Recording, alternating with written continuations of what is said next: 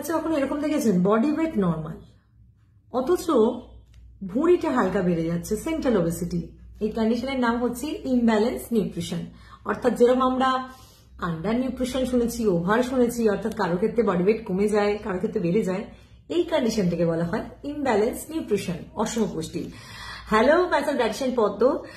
আজকে আপনাদের এটুকুই শেয়ার করবো যে যাদের ইমব্যালেন্স কন্ডিশন হচ্ছে, ভুঁড়ি বেড়ে যাচ্ছে, তার মানে বডিতে প্রোটিনের অভাব হচ্ছে, মাসেল কমে যাচ্ছে, প্রোটিন জাতীয় খাবার গ্রহণ করুন। অর্থাৎ মাছ, মাংস, ডিম, ডাল, সয়াবিন, দুধ এগুলো গ্রহণ করুন। অবশ্যই আপনার শরীরের রোগ অনুযায়ী, কন্ডিশন অনুযায়ী আপনার কিছু কিছু খাবার রেস্ট্রিকশন থাকতেই পারে, কিন্তু প্রোটিনের উৎসগুলো আমি আপনাদের বললাম, এগুলো খাওয়াবেন। বা যার সমস্যা হচ্ছে অবশ্যই সে খাবেন। দেখবেন মাসেল মাস যখনই আমাদের বডিতে বাড়তে শুরু করবে, ফ্যাট মাস আর থাকতে পারবে না, তখনই সমস্যাটা পুরোপুরি চলে যাবে। আর ফুড গ্যাপ একদম দেবেন না। এই সমস্যা যারা ফুড গ্যাপ দেয় তাদের খুব বেশি হয়। জলটা পরিমাণ মতো খাবেন, ভালো করে ঘুমোবেন, স্ট্রেসটা একটু কম নেবেন, চিন্তা ভাবনাটা একটু কম করবেন, ভালো চিন্তা ভাবনা করবেন, পজিটিভ থাকার চেষ্টা করবেন, দেখবেন সমস্যা চলে যাচ্ছে। Thank you so much for watching.